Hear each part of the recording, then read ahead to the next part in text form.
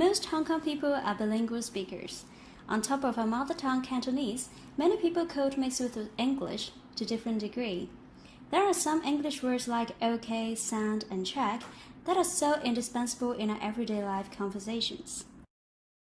Code mixing is the alternation between two languages, and it has become such a distinctive feature in our communication that it has become a powerful social identity marker for a lot of Hong Kong people. However, at the same time, certain forms of Cantonese English code mixing seem to be causing a negative perception on the speaker. So our question is, do Cantonese-speaking Hong Kong people perceive people who overcode mix Cantonese and English as less likable in their first impression? In our experiment, the participants will be presented either of the two versions of a video about how to improve sleeping quality. The script in both videos is basically the same. One is entirely in Cantonese, while some words are changed into English in the other video. Participants are randomly assigned to either of the condition by indicating their birthday is an odd number or an even number. We used the same speaker for both videos, who used basically the same speed rate and gesture in both deliveries.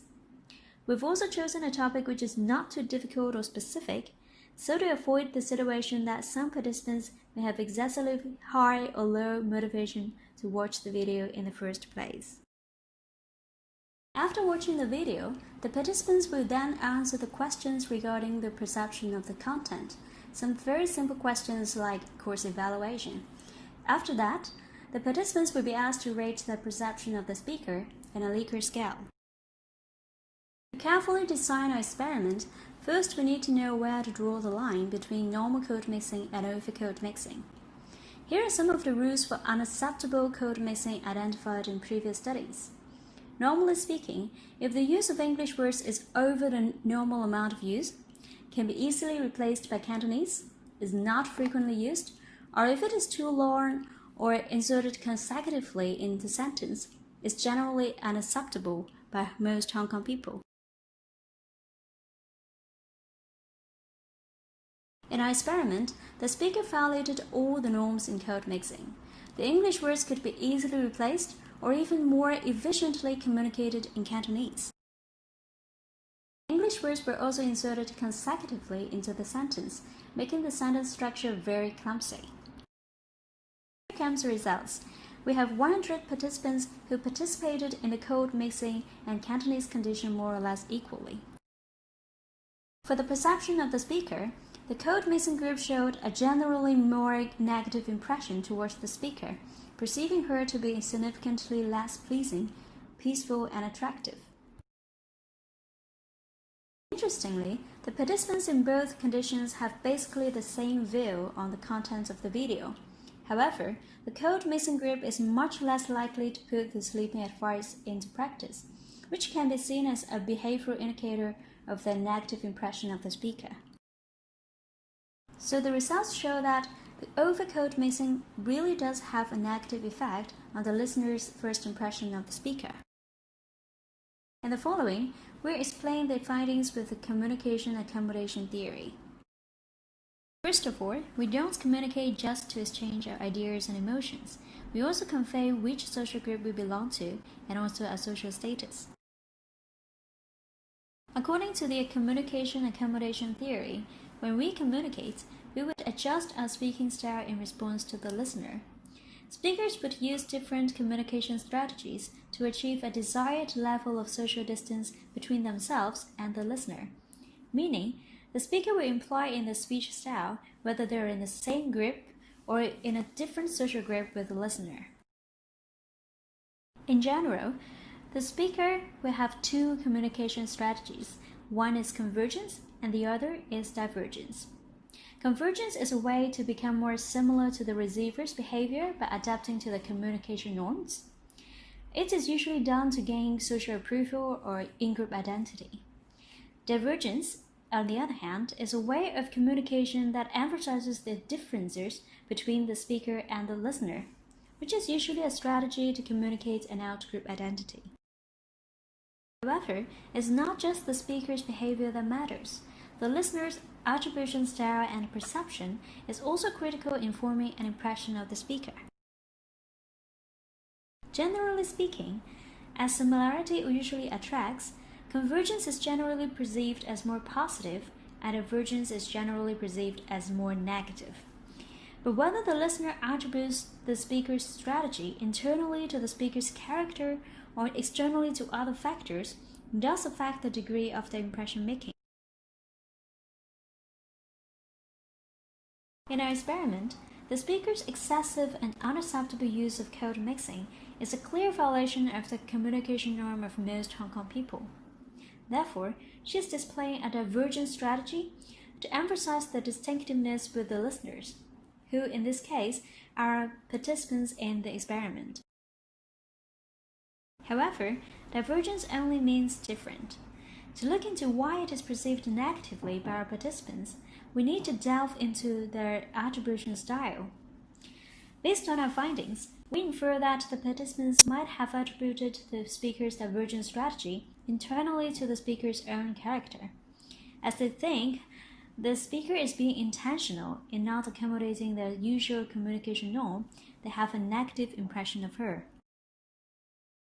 According to the correspondent inference theory, we usually think that the person's behavior is due to himself when his act is non-common and socially undesirable. The speaker's code mixing style completely violates the norms of the language use of most Hong Kong people, producing the non-common effect. Also, language is something that we use to communicate, but the speaker acts as if she doesn't even care if the listener understands her or not. This complete non-accommodation for the listener is perceived as socially inappropriate or even undesirable. Because the participants see the speaker's code mixing as non-common and socially undesirable, we think that she is responsible for her own behavior. The communication accommodation theory also offers us some insights into why we think the speaker is herself responsible for her over-code mixing behavior. There are some factors we may use to analyze when we hear somebody code mix so much. The first thing is about the speaker's language competence, and the second is the effort he or she put in trying to accommodate the listener. If the listener thinks that the speaker is very poor in Cantonese and therefore has no choice but to use English as the supplement, and that she already puts a lot of effort in trying to speak normally, just like everyone else, the listener may not have a very negative impression of her because they may think that she's not being intentional. However, in our experiment, because the speaker's accent of Cantonese is just like everyone else in Hong Kong, it shows that she can speak Cantonese quite proficiently. Therefore, the listener may think that she must be intentional in inserting so many English words. So far we've explained why we make internal attribution to the speaker, but why negative? Or what makes the specific code mixing with English so unpleasant? It is related to our schema of English. Schema is about how we organize things in our mind. Perhaps you have encountered this in your life. When you think of romance, you immediately think of your boyfriend, a candlelight dinner, a nice walk along the beach. Anything that is associated with romance might just pop up. Even when you are not actively aware of it, the schema is activated when anything in that collection pops up. For all these years, English has been linked to being prestigious. In the past, English is a language that only elites could learn. Schools that use English as the medium of instruction are usually high in ranking, and being competent in English is all the more the ticket of getting yourself a good job. All these examples form a schema in which English is linked to prestige, to economic advantage, and power, which is activated when the speaker uses excessive code mixing.